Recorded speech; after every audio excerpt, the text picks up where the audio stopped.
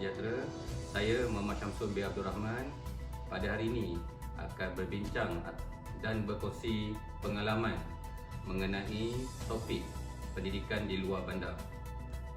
Pada yang semua maklum, memperkasakan pendidikan khususnya pendidikan luar bandar merupakan teras utama dalam pelan induk pembangunan pendidikan PIPP yang telah dilancarkan oleh Perdana Menteri kita iaitu Datuk Seri Abdullah bin Haji Ahmad Badawi pada 16 Januari 2007 di Pusat Convention. Bersama-sama kita pada hari ini adalah Puan Nurizati dari Wakil Kementerian Pendidikan, Cikgu Tusinawati dari Wakil Tenaga Pengajar di luar bandar, dan adik Nur Syatika Zafisha sebagai Wakil Pelajar di luar bandar.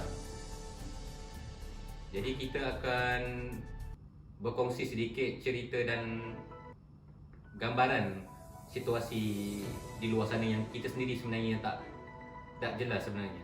Baik, apakah faktor-faktor kemunduran pendidikan luar bandar? Terima kasih kepada Tuan Pengerusi Majlis. Terima kasih kerana menjemput saya, iaitu wakil daripada Kementerian Pendidikan Malaysia bagi topik yang kita akan bincangkan pada hari ini, iaitu pendidikan luar bandar.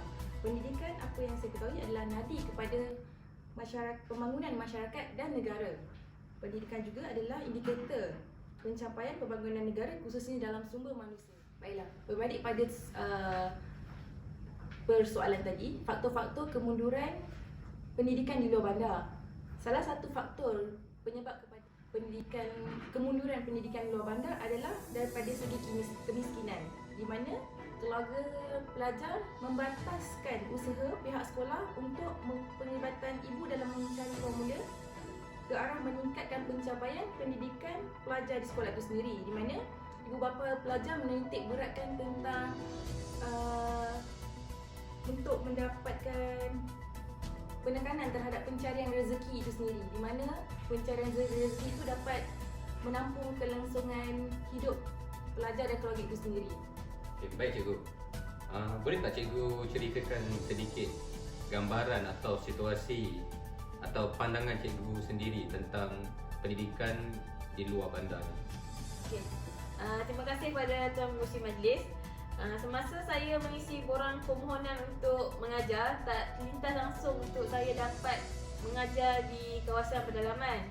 Tapi mungkin ini satu pengalaman yang bagus untuk saya lah. Okay, keadaan di sini memang amat berbeza dengan negeri yang saya pernah bertugas lah.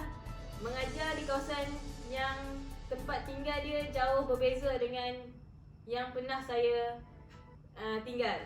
Di sini kita selalu berhadapan dengan masalah bekalan air, elektrik, dan pengalaman tu memang tak dapat nak digambarkan lah, sebab kita berbeza agama, latar belakang, kemudahan untuk mengajar juga agak terhad.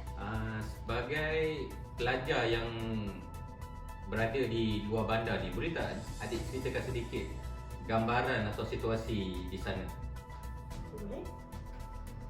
Assalamualaikum dan selamat sejahtera semua. Saya Nur Syatika Zafisha, mewakili pelajar daripada luar bandar, akan berkongsi pengalaman lah sebagai pelajar di luar bandar. Okey, antara cabaran yang terbesar pelajar-pelajar di luar bandar adalah masalah kualiti infrastruktur dan juga prasarana yang ada di dalam kelas, bilik darjah. Okey, kebanyakan bilik darjah yang dibina di sekolah luar bandar bersaiz kecil dan bilangannya adalah sedikit.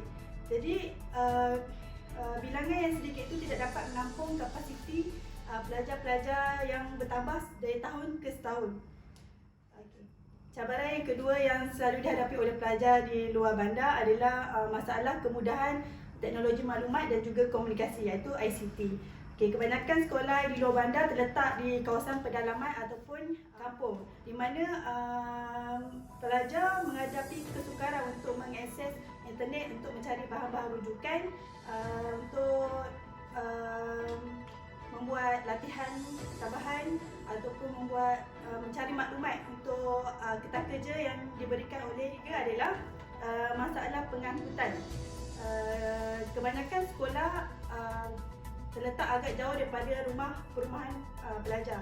Jadi pelajar terpaksa berjalan kaki ataupun menggunakan basikal untuk hadir ke sekolah. Pengangkutan awam amat terhad di kawasan pedalaman kerana faktor jalan raya yang tidak diselenggara dengan baik. Jadi itu menyebabkan pelajar berkemungkinan untuk tidak hadir sekolah ataupun pontes sekolah. Saya rasa itu saja antara cabaran atau isu-isu besar yang dihadapi oleh pelajar luar bandar. Setelah kita mendengar pendapat atau gambaran situasi di luar bandar, dengan ini jelas kita nampak seolah-olah pendidikan luar bandar seperti ketinggalan berbanding di bandar. Jadi kita berharap dan kita menyeru supaya kerajaan memberi satu pandangan yang clear tu. Kita berharaplah supaya pihak kerajaan atau pihak Kementerian Pendidikan sendiri dapat memberi satu tumpuan khusus untuk pendidikan luar bandar supaya dapat bersaing dengan pendidikan di bandar. Okey, saya rasa cukup sampai di sini saja sehingga kita berjumpa lagi di lain masa. Terima kasih.